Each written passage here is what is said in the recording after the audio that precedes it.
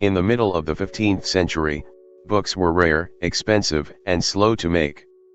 A single book could take months or even years to copy by hand. Monks and trained scribes sat for long hours, carefully writing line after line. A mistake could ruin an entire page. And if someone wanted a second copy, the work had to begin again. Then, in the city of Mainz, a man began working on a machine that could change this forever.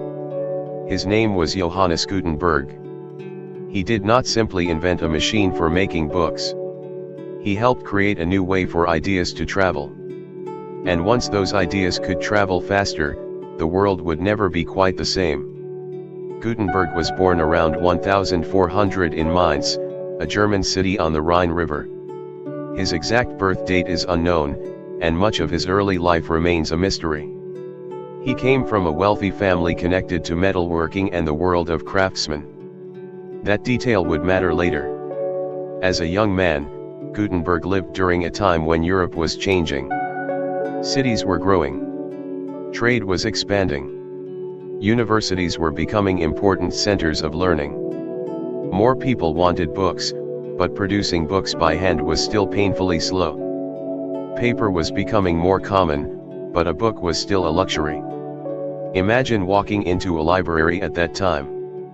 You would not see shelves filled with thousands of books. You might see a small collection of heavy manuscripts. Their pages could be made from paper or parchment. Some were decorated with beautiful colors and gold. Others contained only plain handwriting. A book was something valuable. Something that had taken enormous effort to create. Gutenberg saw the problem. But he also saw an opportunity. He understood metal. He understood tools. And he was fascinated by the possibility of making the same letters again and again. Instead of carving an entire page into one large block, why not create individual letters? A single letter could be used, removed, and used again. It sounds simple now. At the time, making that system work was extremely difficult. Gutenberg needed letters that were strong enough to be pressed hundreds or thousands of times. They had to be the same height.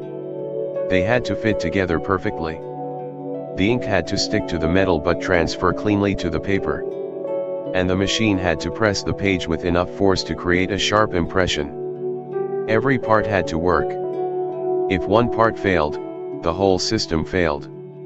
Gutenberg began experimenting with metal type and printing techniques. He also needed money to continue his work. That became one of the biggest problems of his life. In the 1430s and 1440s, Gutenberg spent time away from Mainz and was involved in business ventures and technical experiments. Eventually, he returned to Mainz and formed a partnership with Johann Fust, a wealthy businessman who provided financial support. Another important figure soon joined the story. Peter Schoeffer. Schoeffer was a trained writer and skilled craftsman. He became closely involved with Gutenberg and Fust's printing operation.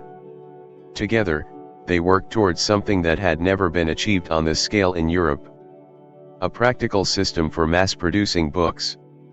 But this was not a clean or easy process.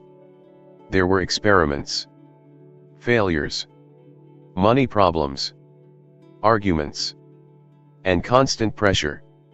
Gutenberg needed to prove that his machine could actually produce something valuable.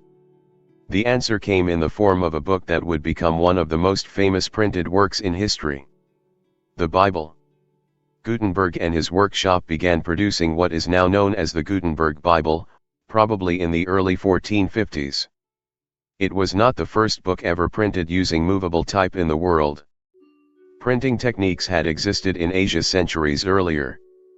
But Gutenberg's system was a major breakthrough in Europe because it combined movable metal type, suitable ink, paper, and a powerful press into an efficient process. The result was astonishing. Page after page could be reproduced. The letters were sharp. The lines were even. And several copies could be made without rewriting every word by hand. For people who had spent their lives knowing books as rare objects, this was a remarkable change. But Gutenberg was not finished. His printing process had to produce something more than words. It had to produce beautiful books. The Gutenberg Bible was designed to look like a high-quality manuscript. The letters were carefully arranged. Spaces were left for decorations that could be added by hand. Some copies contained colorful illustrations and elaborate decoration added after printing. The machine was new, but the appearance of the book still respected the old world. That was part of its genius. Gutenberg was not simply replacing scribes with machines. He was building a bridge between the world of handwritten manuscripts and the new world of mechanical printing. But while the printing press was beginning to prove its value, Gutenberg's personal situation was becoming dangerous. His partnership with Johann Fust broke down. Fust accused Gutenberg of failing to repay money that had been lent to him. The dispute reached court. The exact details are complicated, but the result was painful for Gutenberg. Fust gained control of much of the printing operation, and Peter Schoeffer continued working with him. Gutenberg lost control of the workshop he had helped create. Think about that moment. A man spends years building a machine. He risks his money. He faces failures. He creates something that can change the world. And then, before he can fully enjoy the success, he loses control of the business. For Gutenberg, the story of printing was also a story of financial struggle. Yet the technology could not be stopped. Printing workshops began appearing in other European cities. Printers traveled. Ideas traveled with them. Books became easier to reproduce. And the number of printed works began to grow rapidly. This changed more than the book trade. It changed education. It changed religion. It changed science. It changed politics. Most importantly, it changed who could gain access to ideas. Before printing, copying a book required skilled labor. After printing, one text could be reproduced many times. A scholar could write an argument and have it printed. A teacher could use printed material. A student could own books that had once been too expensive. A religious writer could spread an argument across cities. A scientist could publish observations and allow other people to study them. Knowledge could move. And when knowledge moves faster, societies can change faster. One of the greatest consequences appeared during the Protestant Reformation in the 16th century. Martin Luther's writings spread quickly through printed pamphlets and books. Printing did not create the Reformation by itself, but it helped ideas travel to enormous numbers of people. A message that once might have reached a small audience could now be copied and distributed again and again. The printing press had become a machine for spreading arguments. And not every argument was good. Printed misinformation could spread too. Rumors could travel. False claims could be repeated. Political attacks could reach thousands. The same machine that spread knowledge could also spread confusion. That is one of the important lessons of Gutenberg's invention. Technology itself does not decide what is true. It only changes how quickly information can move. Meanwhile, Gutenberg's own life became quieter. After losing his original printing operation, he continued working and eventually received support from the Archbishop of Mainz, who gave him a position and financial assistance. He lived through years of uncertainty, but his work had already escaped into the wider world. He died around 1468. He probably never saw the full scale of what his work would become. He could not have imagined newspapers. He could not have imagined novels printed by the millions. He could not have imagined school textbooks, scientific journals, newspapers, libraries, or modern publishing. He certainly could not have imagined the internet. But the basic idea was already there. Create a system that allows information to be copied accurately and repeatedly. Then allow that information to travel. That simple change helped create a new age. Within decades of Gutenberg's work, printing houses were spreading across Europe. Printers produced religious books, classical texts, calendars, maps, political writings, scientific works, and ordinary practical documents. The written word was no longer limited to a small group of people who could afford handwritten manuscripts. The world was becoming more connected through print. And there was another quiet change. People began to expect information to be available. They expected books. They expected newspapers. They expected written arguments. They expected knowledge to be copied. That expectation became part of modern life. Today, we can send a message across the world in seconds. We can open a book on a phone. We can search millions of pages without leaving our homes. We can publish a video and reach people in countries we may never visit.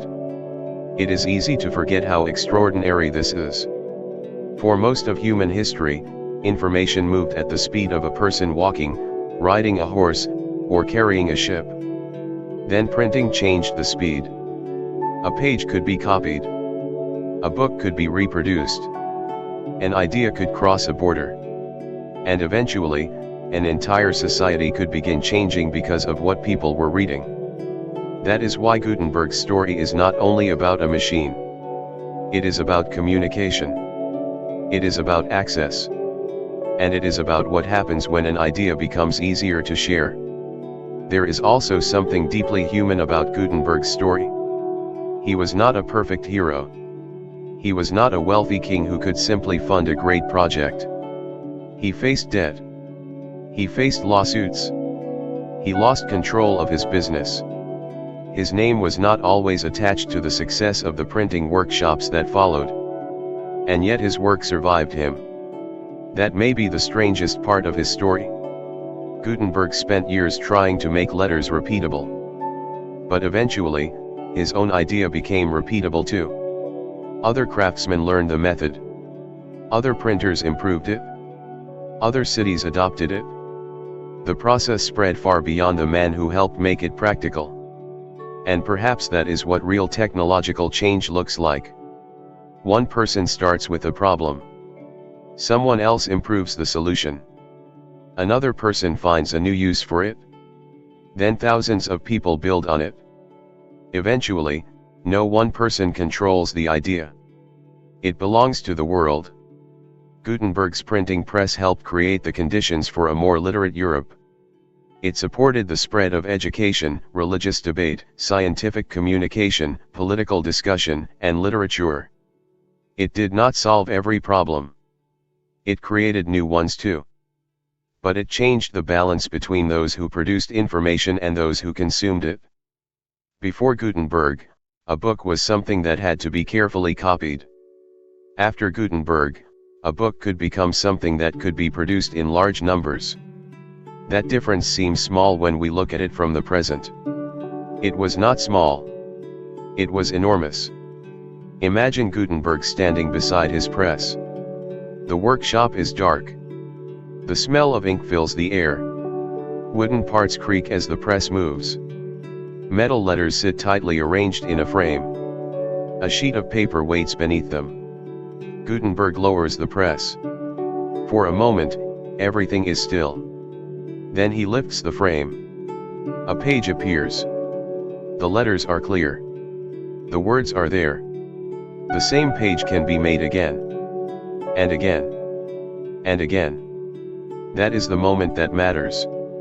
Not because one page changed the world, but because the next page could be made too. And the next. And the next. An idea no longer had to exist in only one fragile manuscript. It could have copies. Copies could travel. Those copies could create more copies. And suddenly, knowledge had a new kind of power. Centuries later, we live inside the world that grew from changes like this. Every book on a shelf carries part of that history. Every newspaper. Every printed classroom worksheet. Every scientific paper. Even the idea that ordinary people should have access to information has a connection to the long transformation that printing helped accelerate. Johannes Gutenberg did not invent writing. He did not invent books. He did not invent printing itself. And he did not single-handedly create the modern world. But he helped develop a practical European printing system that made the mass production of books possible on a new scale. That was enough to change history. His greatest invention was not simply a press. It was a new relationship between people and information. A person could write something. A printer could copy it. Another person could read it. Then that reader could write something of their own. The cycle could continue. Ideas could build on ideas. And knowledge could move from one generation to another faster than before. Today, when we hold a book, we rarely think about the sound of a 15th century printing workshop. We do not hear the wooden press. We do not smell the ink. We do not see the craftsman arranging tiny metal letters by hand. But somewhere in the background of modern communication, that workshop is still present. Every printed page carries the memory of that change. And every time an idea is copied and shared, we see the basic power that Gutenberg helped unlock. A machine. A page. A few lines of ink. And suddenly, an idea could travel farther than the person who created it. That was the real revolution.